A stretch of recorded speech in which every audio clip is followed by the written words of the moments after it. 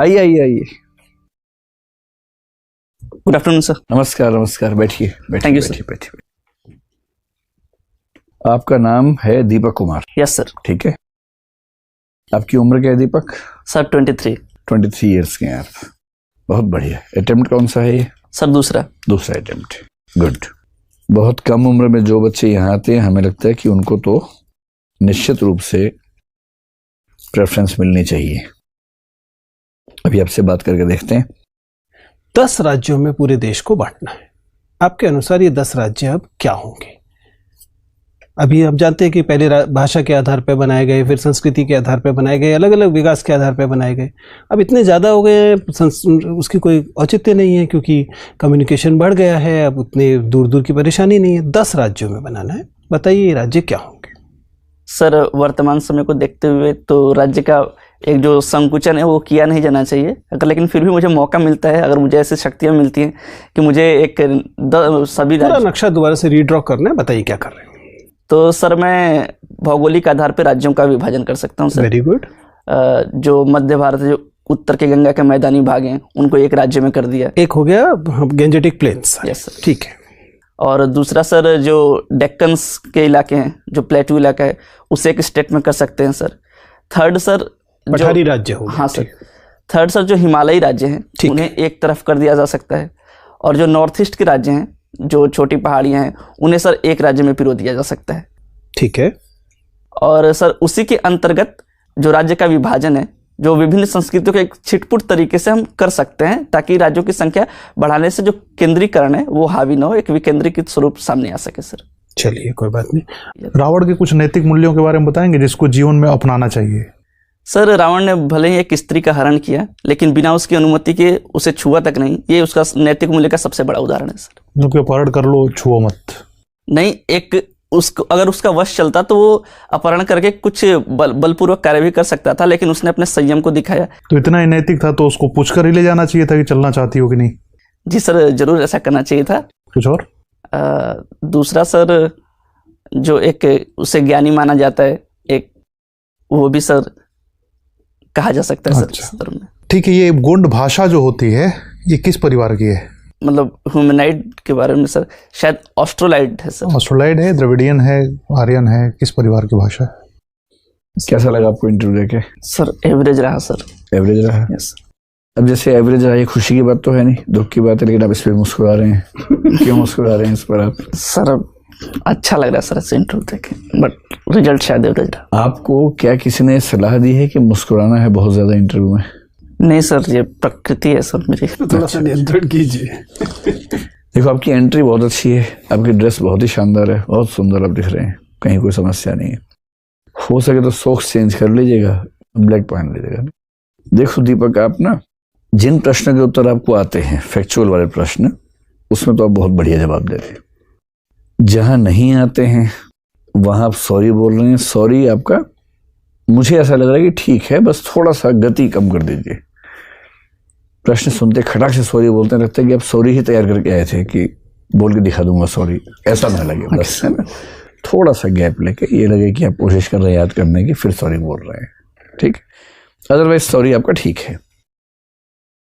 तीसरा है कि आप जो कहते हैं कि मैं अनुमान लगा सकता हूँ, वो मुझे अच्छा लगा कि मैं जहाँ नहीं आता आप कह रहे कि सर मैं अनुमान लगा सकता हूँ, तो आप अच्छा लगा रहे। बेशक अनुमान गलत हो जाए, जब कह दिए कि अनुमान है, गलत हो गया तो कोई दिक्कत है ही नहीं, आप अच्छे तरीके से कर रहे हैं। अच्छा, एक अच्छी बात ये भी है कि एक इमेजिनेटिव सवाल सर ने पूछा, कुकिंग मान लीजिए अगर आपका जीवन ऐसा है तो आप क्या हैं, मसाला क्या है, वो आपने बड़ा अच्छा जवाब दिया, जिसका मतलब है कि सोचने की क्षमता आपकी अच्छी है। क्या आपको इस क्वेश्चन का पहले से आइडिया था? नहीं सर, तुरंत बनाया सर। ठीक है, तो अच्छा बनाया। लेकिन अगर तुरंत बनाया आपने, तो फिर ये बताओ कि जब मैंने प्रकाश का इतिहास पूछा तो मुझे बार बार आपको ट्रैक पे लाना पड़ा कि मैं प्रकाश का इतिहास पूछ रहा हूँ, दीपक का धार्मिक पूजाओं का इतिहास नहीं पूछ रहा हूँ। ऐसा क्यों हो रहा था? सर आपको देख के एजिटेट हो गया। तो ये बात देखना है। लेकिन गोटोल आपने अच्छा बताया, लेकिन गोटोल तो आपको पता होना चाहिए ना, उसमें तो सेक्सुअल एजुकेशन भी उसका पार्ट होता है। सर मुझे एक्चुअली याद नहीं था, मुझे लग रहा था कि होगा सेक्सुअल एजुकेशन, लेकिन पूर्ण नहीं था, इसलिए सर वो बोलती। अच्छा कोई बात नहीं, लेकिन अब क्योंकि उस ट्राइब से हैं और उस ट्राइब के बहुत यूनिक फीचर्स में एक ये है कि एस्ट्रोनॉमी है, तो पता होना चाहिए आपको उसके बारे में। अब एस्ट्रोनॉमी का जिक्र आने पर आपने कहा कि उसकी क्लॉक अलग तरीके से है और वो पृथ्वी की गति के अनुसार है, और पृथ्वी की गति कौन सी है आपको नहीं पता है। तो जब आप खुद एक विशेषता अपनी ट्राइब की बता रहे हैं तो उसमें आपको ठीक से पता होना चाहिए, पढ़ा होना चाहिए आपने, है ना। फिर ट्राइबल पॉलिसी ऑफ इंडिया जो है वो आपको पता होनी ही चाहिए, उससे बचने का स्कोप ही नहीं है। किसी भी एंथ्रोपोलॉजी की किताब को उठा लीजिए, इंडियन एंथ्रोपोलॉजी की, उसमें ट्राइबल पॉलिसी पे अच्छा चैप्टर मिल जाएगा, उसको ध्यान से पढ़ लीजिए। फिर भोजपुरी फोक म्यूजिक वाले प्रश्न में टालो मत, बात को एक्सेप्ट करो कि हाँ सर, इन सभी राज्यों में जैसे समाज का सोचने का तरीका है वैसे उसके गीत में आता है, क्योंकि लोकगीत तो आमतौर पर मनोरंजन के लिए बनते हैं। एक दो एग्जाम्पल देकर समझाइए कि सर जैसे इसमें रंग भेद दिखता है। जैसे मैं हरियाणा से हूँ, वहाँ का सबसे प्रसिद्ध गीत है जीजा तू काला में गोरी घड़ी, रंग भेद का गीत है। इसमें क्या परेशानी है? आपकी जो कल्चर है भोजपुरी लैंग्वेज में, उसमें ऐसे कई गीत होंगे जिसमें कहीं रंग भेद होगा, कहीं जाति भेद होगा, कहीं लिंग भेद तो भरा होगा, महिलाएं केवल सुंदर वस्तु के रूप में आती होंगी। तो ऐसे कुछ उदाहरण देके आप समझाइए अगर ऐसा कोई प्रश्न पूछा जाए ना।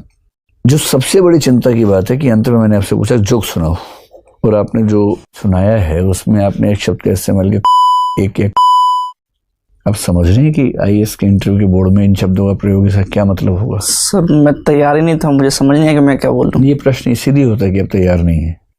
अगर ये भी सिलेबस में लिख के देंगे कि जो याद करके आओ, तो फिर क्या पूछने को रह जाएगा? ये जो इंस्टेंट रिएक्शंस होती हैं उससे पता लगता है कि दरअसल उस व्यक्ति का सोचने का तरीका क्या है। तो इससे अच्छा था बोलते सर मैं भी याद नहीं कर पा रहा हूं। ये तो मैंने बीच में रोक दिया, वरना आप अभी 2-3 और मुहावरे बीच में लेके आते है ना। मुझे ही लगा कि मैं गरिमा का ध्यान रखूं पूरे बोर्ड की। तो भाई ऐसे शब्दों का इस्तेमाल मतलब करना तो बाहर भी नहीं चाहिए, लेकिन बोर्ड में तो नहीं करना है। ठीक है। और पूरे इंटरव्यू का सार ये है, मुस्कुराओ कम। अब जैसे हो तुम ठीक हो, जितना मुस्कुराना चाहिए वहां मुस्कुराओ जहां मुस्कुराने की बात हो, वरना क्या होता है कि चुभता है। क्योंकि आपसे सीरियस सवाल पूछ रहे हो और आप सुनते हुए मुस्कुरा रहे हैं, तो ऐसा लगता है कि आप इस भाव से देख रहे हैं कि हाँ पूछ ले, क्या पूछेगा, बहुत देखे तेरे जैसे मैंने, ये भाव आता है मन में। तो वहां मुस्कुराहट चुभती है, उससे बचिए। बाकी अच्छी बात है कि आपकी एज कम है, कॉन्फिडेंस आप में जबरदस्त है, दिखते स्मार्ट हो। मेरा अनुमान है कि आपकी रेंज तो है बहुत शानदार। मुस्कुराओगे कम, डरोगे नहीं, इमेजिनेटिव किस्म के प्रश्नों पर अच्छा जवाब जरूर दोगे, भाषा ठीक रखोगे, तो प्रॉपर आईएएस से नीचे कुछ नहीं मिलेगा। आपके और आपके आईएएस बनने के बीच में एक ही व्यक्ति है बस, वो आप ही हैं। ठीक है, डरो मत। ये जोक यहाँ सुन लिया अच्छा हुआ ना, कल को वहां सुनते इसका पूरा पर्पस यही है ना कि यहाँ वो गलतियां पकड़ में आ जाए जो वहां नहीं होनी चाहिए। तो मेन काम मुस्कुराहट कम रखनी है, ऐसी भाषा का इस्तेमाल नहीं करना है। जो पूछें टू द पॉइंट वही बताइए, घूमी मत दाएं बाएं। और नॉलेज आपकी ठीक है, बस ट्राइबल एस्पेक्ट में थोड़ा सा पढ़ लीजिए, बाकी सब ठीक है एकदम। ठीक है, all the best. Thank you sir. IAS बन के ही लौटना। Okay sir.